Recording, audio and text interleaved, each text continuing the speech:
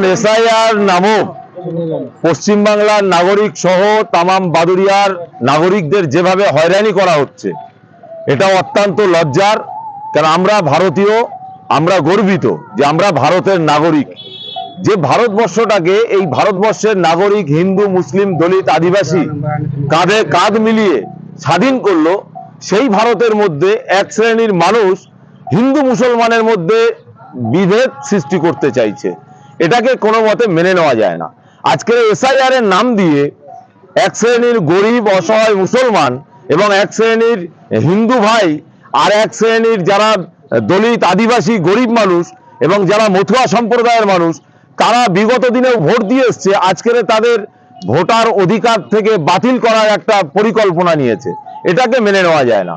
আমরা Indian secular front এই বাদুড়িয়া বিধানসভার শাখা কমিটির উদ্যোগে আজকের আমরা যে প্রতিবাদ মিছিল করছি, মূলত আমাদের দাবি হচ্ছে এটাই, যতজন ব্যক্তিকে আন্ডার জুডিশিয়ালের নাম নথিভুক্ত হয়েছে এবং যতজন ব্যক্তিকে ডিলিট করা হয়েছে, এই ডিলিট করা চলবে না।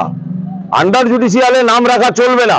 এদের নামগুলোকে আগে ফেয়ার অ্যান্ড লিস্টে নাম তুলতে হবে, সুন্দরভাবে ভোটার রোলে নাম তুলতে হবে, তারপরে ভোট ডিক্লিয়ার দিতে হবে। আজকের কারা ভোট দেবে?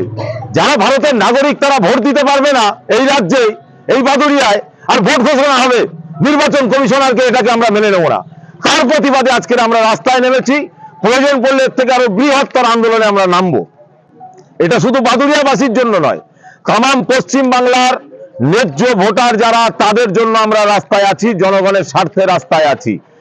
কিন্তু এসআইআরটা দিদিমণি বলছে হতে দেব না, হতে দেব না। আবার প্রত্যেকটা অঞ্চলে অঞ্চলে দিদিমণি লোক নিয়োগ করলেন, তার কর্মী সমর্থকদেরকে নামিয়ে দিলেন এসআইআর এর ফর্ম ফিল আপ করার জন্য। তাহলে এটা কি ধরনের দ্বিচারিতা? এবং এই দিদিমণি এখন দেখছি কোর্টে যাচ্ছে, এটা কি ধরনের দ্বিচারিতা? এই দিদিমণি এখন দেখছি আবার কাল থেকে নাকি ধর্নায় বসবেন। আরে দিদিমণির রাজ্য সরকার যে চলে আপনার আমার ট্যাক্সের টাকায়, আমি ট্যাক্সের টাকা দেব, আমার সরকার বেতন হবে তাদের, আমার ট্যাক্সের টাকা নিয়ে তারা তাদের বউ বাচ্চার সংসার চালাবে, আর আমি ভোট দিতে পারবো না, এটা মেনে নেওয়া যাবে না।